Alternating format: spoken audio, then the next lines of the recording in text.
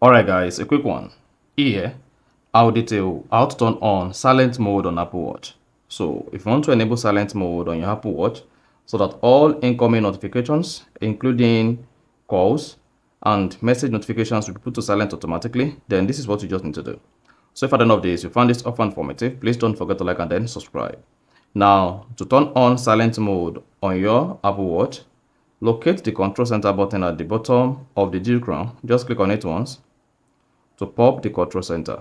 Then, while on the control center, you want to scroll down, locate the notification button or the silent mode button just opposite the moon icon. Click on that, then you should see silent mode on. Now, once you have silent mode on, you can now exit the page, and then you're good.